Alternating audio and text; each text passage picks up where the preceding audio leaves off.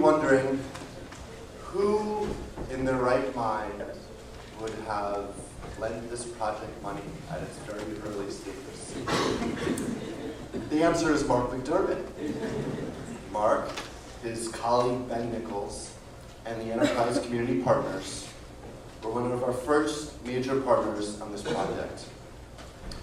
For those who don't know, Enterprise is a nonprofit that invests in distressed areas all over the country. And if you see a neighborhood being revitalized, it's likely that it has Enterprise's fingerprints all over it. Enterprise not only lent SCA the money it needed to purchase property, it also supplied us with new market tax credits. And Ben can explain this later to you all if you're interested. I'm not sure I really understand it yet, but in simple terms, these tax credits helped provide millions of dollars of equity into this project and made it financially possible. Typically, Enterprise works on affordable housing and economic revitalization in major cities, not smaller communities like Oberlin. They also typically work with developers who have more than $200 in their bank account. So, this is to say that Mark and his team had to really go to bat for us every step of the way in order to leverage these outside resources for our community. I'd like to welcome Mark McDermott.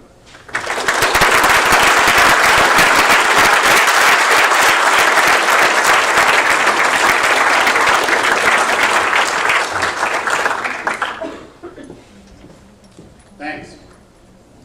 So, as Ben said, we work in, as Josh said, we work in mostly larger communities all across the country. We've helped develop over 250,000 units of affordable housing over 26 years. And we work on capital and solutions like how to find new ways to bring money into communities, and we work on policy efforts. So, why would we do a project like this? Really?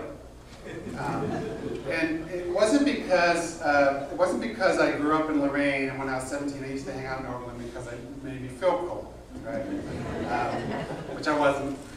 It wasn't because they promised Ben Nichols and I the milkshake machine from the racks, which okay. Is there a curtain? Is there a curtain? All right. Yeah.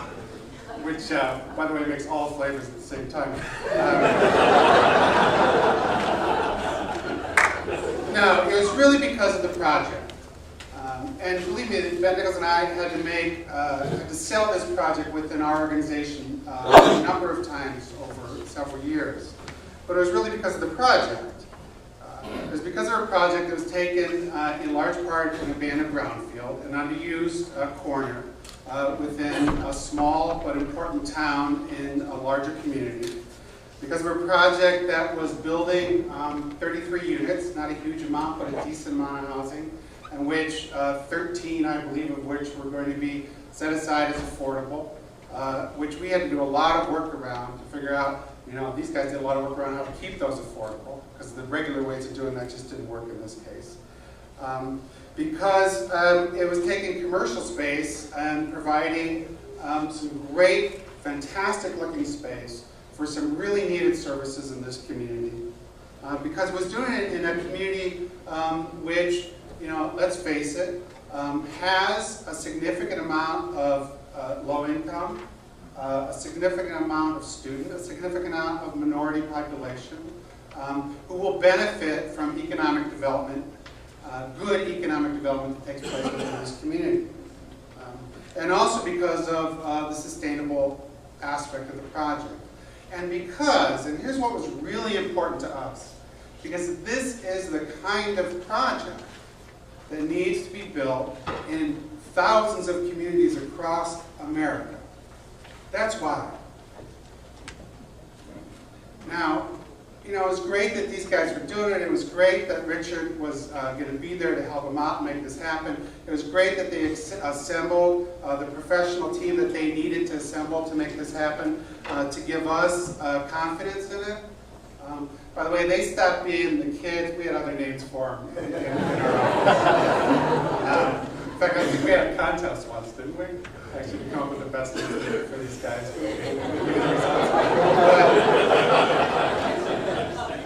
They stopped being the kids when somebody needed to sign on the first loan to acquire that first piece of property, right? Because we didn't care what the heck they were called at that point in time.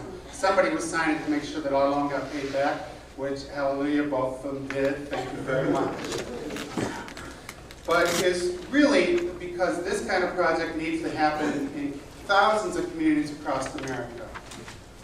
This is, and let me talk about the kind of public-private partnership that made this happen, because it's really on the public side as well.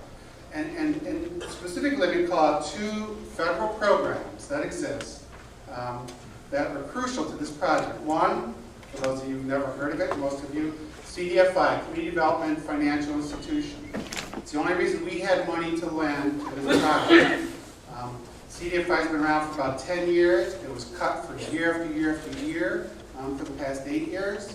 It's perhaps a little bit on the rise again, but it's provided funds in a very leveraged way, public and private funds, to thousands of projects and hundreds of lending institutions, small lending institutions across the country.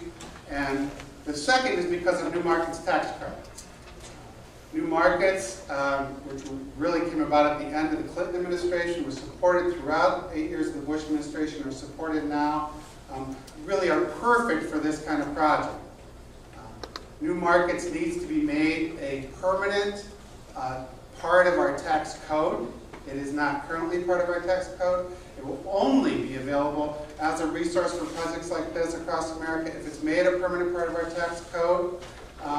We are very grateful to the support that both Senator Voinovich and Brown and the Ohio Congressional Delegation, it's a give to this, both of these vital sources of capital for community development projects across the country.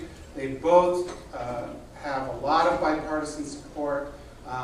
Both not only are in the new budget, the President's new budget that Congress is considering right now, but both had extra funds put together in the stimulus package because they leverage huge amounts of private capital for the kind of projects that put shovels in the ground, bulldozers on the site, bricks, and that means jobs, jobs, jobs. Right? And so I'm really calling out that as a call to action, really, for us. Because here's the last thing I want to say.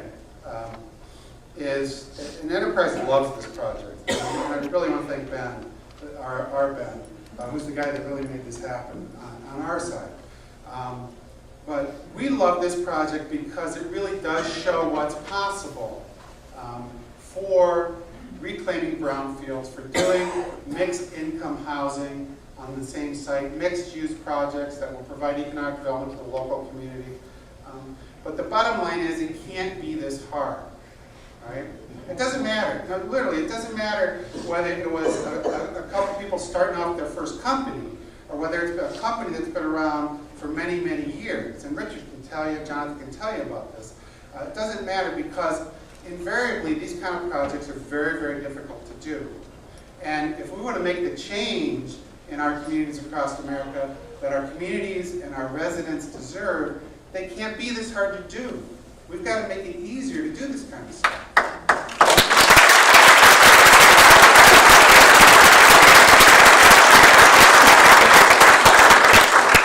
Thanks. And the way that that happens is that these kinds of projects at the local, the national, and the state level, these kinds of agendas get talked about. And not only do we vote for the people who are going to make sure this kind of stuff gets attention, but everybody who's in office learns about how these things happen and about how to make it easier. And that's our call to action from Enterprise. We're very, very happy to be a part of this project, and we'd love to be parts of hundreds of more across the country.